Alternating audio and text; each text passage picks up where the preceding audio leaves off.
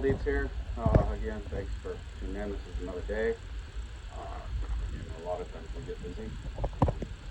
These videos are going to get back to you. It's something finally that we've been blessed through our lives, through all the clinics I've done, through everything, to not quite have to travel, not have to work, not have to have so many clients. I think also for me, I appreciate it because it gives me an excuse to work some of the horses that I might not otherwise work, to be able to share with you some of the problems and work through some of the problems. Again, it's a pretty nice day in the 90s, I'd say today, but if you pan the camera out over there, hopefully we don't get electrocuted. We'll do what we can today and see where the video goes. We'll work him just a little bit to check him out first. We didn't get to work with the flag yesterday. It's not that he's not seen any of this. It's just a reminder for some of you that didn't get to see the other day. He's been rode a bunch, been roped off of, but he's continually, if he doesn't get work regularly, he wants to kind of get tight. And he gets really tight, kind of in that cinch area. If he starts rushing too much, I'm going to change sides. I want to keep track of where my lead rope is so it didn't get wrapped around my leg. I definitely wouldn't want to get drugged by this horse. If it became a problem, I could tuck it in my belt there. I'm usually pretty good at managing, and I don't want to wrap it around my hand there. When I go to change sides, I want to drive the hind out. When he hits the end of that, I'd like to bring the front. So again, when he rushes, if he starts trying to pull on me, rather than him drag me off to the north, I'm going to come back to the south. And we want to spend some time kind of in this here, in this rib cage where he tends to get kind of bothered by stuff. If he starts pulling too much, again, I'll go to the edge anyway sometimes, but sometimes here I'll let him work at it just a little, but I don't want to be drugged around. I'm not going to be accurate about how he's changing his hind and front. We've done videos on that, and I know we'll do a bunch more. Because again, some of the benefits of doing this stuff and doing these videos is not just seeing it on one horse.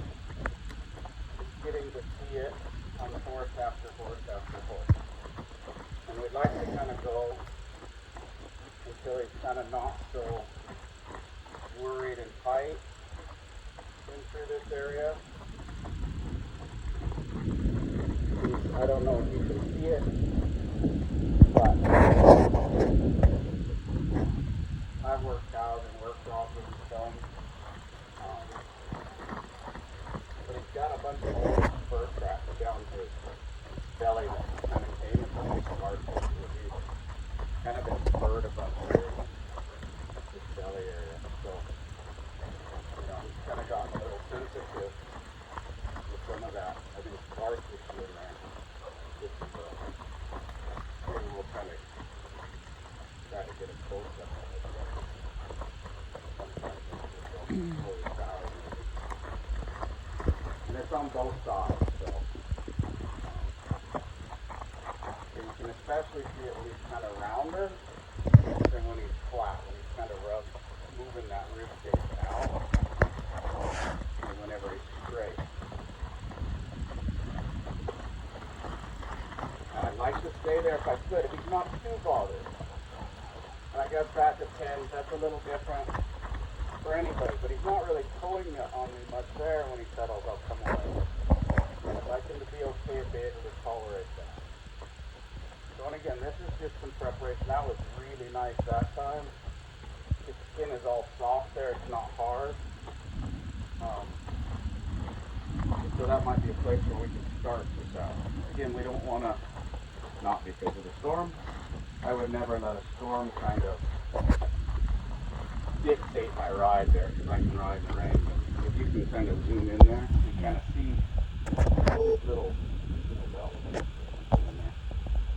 He's had that for a while. I don't know if that's part of his issue or not. A lot of it doesn't necessarily matter why, it's just working from where he's at. We could waste a lot of time trying to figure out why he is what he is.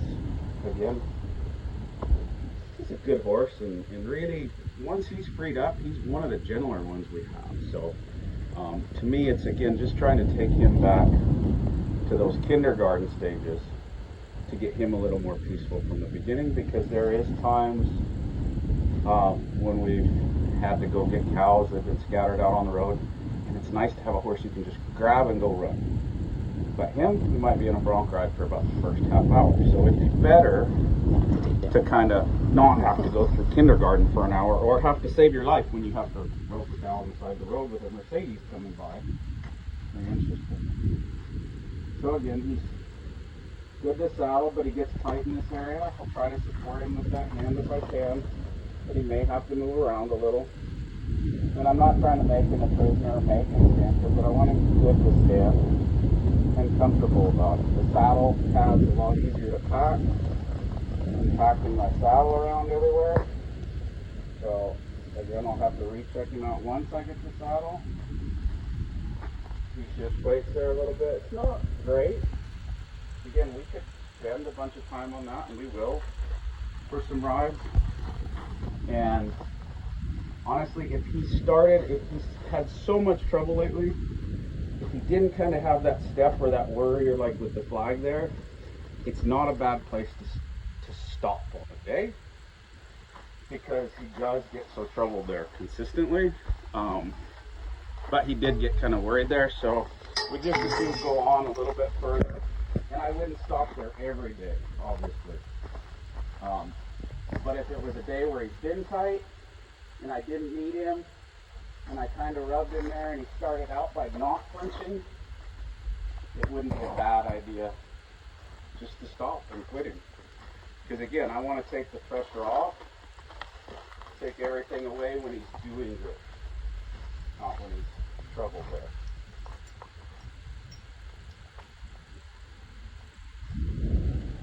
Again, I check my cinches out. That kind of another way to see how he is, touching him in that belly area. I rub him with my hand before I put the cinch up around his belly. If he got worried about my hand, I would just need to stay there. I would know I need to stay there rather than going on. And I can always take the saddle off. Now I only have one wrap through the buckle, so my saddle would still fall off. Now I have a second time through the buckle, so one full wrap around. And if he had to go, I'd reef on it and there'd be a chance. But because he likes to buck, I don't want to have to go too snug. And I'll take a third wrap, and now it's snug enough if he bucks, the saddle would stay on. Again, it's a catch-22. I'd like to leave it as loose as possible before I kind of take it up. I'd like to take it up in some increments. We didn't talk about that yesterday, but I did do that kind of before I started him. And like to have him move out just a little bit, get it looser. But it is a little bit of a catch-22 with him, because you don't want it so loose or if he bucks under his belly again, so that sure didn't help our issue much. And I'll speed him up, and again, with him on the halter rope, going down. I could help him if he got in trouble, try to break those hind quarters and get him out of trouble. So I don't like to lunge one a bunch. I really don't even like to trot, but when I ask him to speed up, I want him to speed up. So when I liven up, I'd like for him to liven up. And when I slow down, I'd like for him to slow down. And up, late, and down. Good, he's on target. And we'll speed up. And we'll speed down. A little late there. I'll help him. It's a little too much. You see, it doesn't take much. Again, he's pretty good there. Speed him up. Let him slow down. Now, when he bends his rib cage here, and bends, you have to expand that rib cage. So if that cinch comes tight, some horses will get a little tight there. He was a little late coming through at the front, so I had to drive him just a little. I want to teach him how to stay away from me under this rope. And as as long as he's out to the end there, it won't touch him. See, that rope wouldn't touch him because he's out past the leg. And I want to teach him, even if I speed that energy up, how to get away from the end of that and not be capped. Keep bed up there a little bit to throw it over. Not too bad. Then I'll try it again. I'd like to go until he kind of doesn't feel the need to stand up there. He's not dragging off on me or making this rope tight. But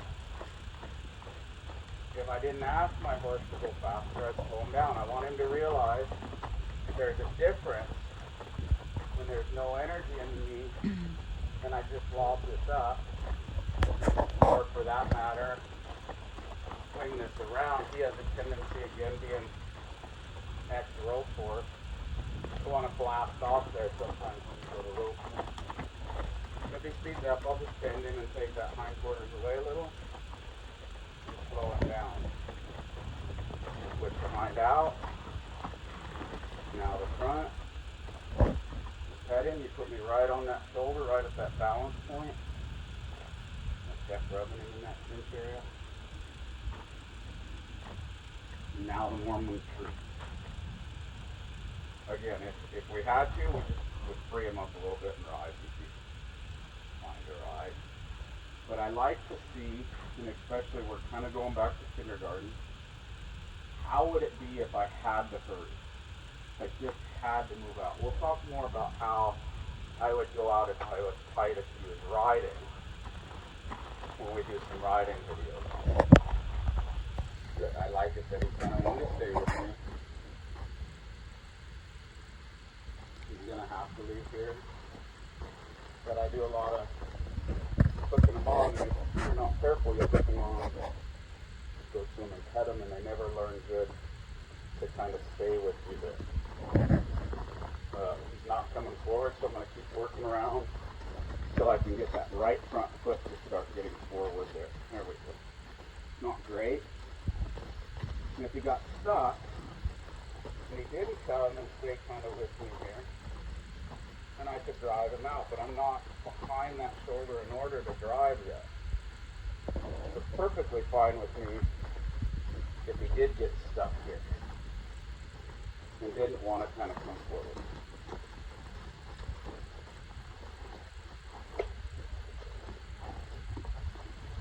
Where that right shoulder got stuck again. If you guys get to see this, that's the important part. The other 3 feet are kind of coming, but coming to the right. That time the left kind of got a little stuck. And I'd like him to get forward. He's kind of staying in his tracks. That's okay, we can keep working at it. Pretty quick he'll start to get forward. 4 more stuck. It's his choice. He's close that gap.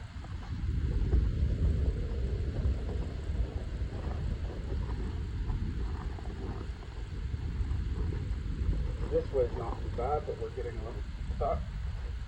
Trying to get forward, so we'll check them out this way.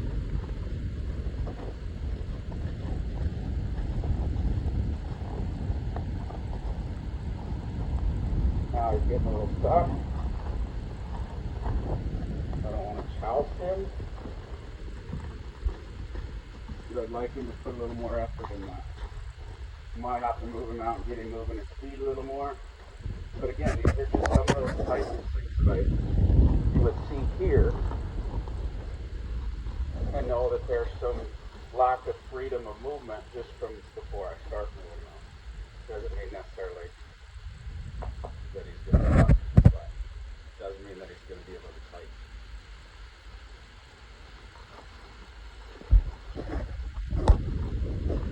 I got you guys. Come on, move out.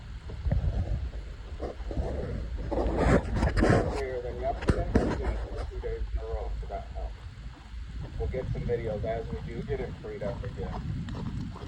And we'll leave him off a few days. Now it's right at this transition again where he has trouble, so I just want to take him up to the edge and let him get comfortable. He can even come down there a little and back to the wall, but I don't want him to hook on and come into me. We'll speed him up.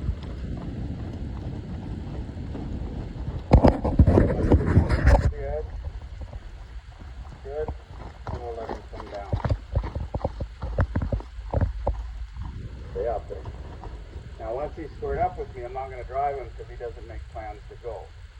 I'd go pet him and reward him for hooking on because I want to be able to catch him in the field, and then I'd send him away from me. But I want him to move out there a little faster. I wait till I'm out of kicking range before I do too much driving him, or he could get kicked. Good, much better than yesterday. I don't care if it keeps loping, it's that transition I want him to work. In time, he'll start to come down, and as he gets light to go, like right there, I might say, hey, keep going just a little, but not keep going till he fails. I'll invite him to come in before he gets stuck there. And he got a little more forward than yesterday.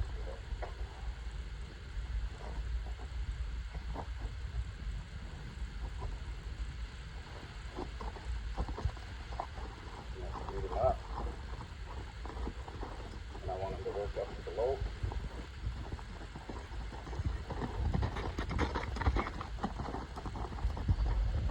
Kind of right in between wanting to quit the whole time. I'll let him come down, and I want him to go just a little faster there. Commit to that a little bit. That was better. Good, and we'll let him come in.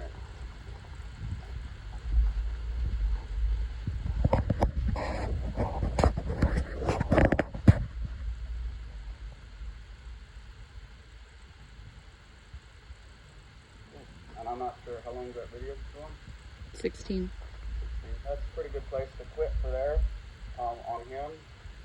I think we'll put just a little ride on him to do that, but we'll do a second quit for the day when we do that, so we don't let this video go too long. Again, I hope you like and subscribe it. I mean, pretty nice change from where he was before. If you look at the other videos, part 1, part 2, part 3 yesterday, you'll see some of it, but there's a nice little change. But I always like to, since he's going good, I don't want to push him till he gets in trouble. I'd like to stay this side in trouble. But since you go to the upper to side, I'd like to put a little ride on. Happy trails. Remember,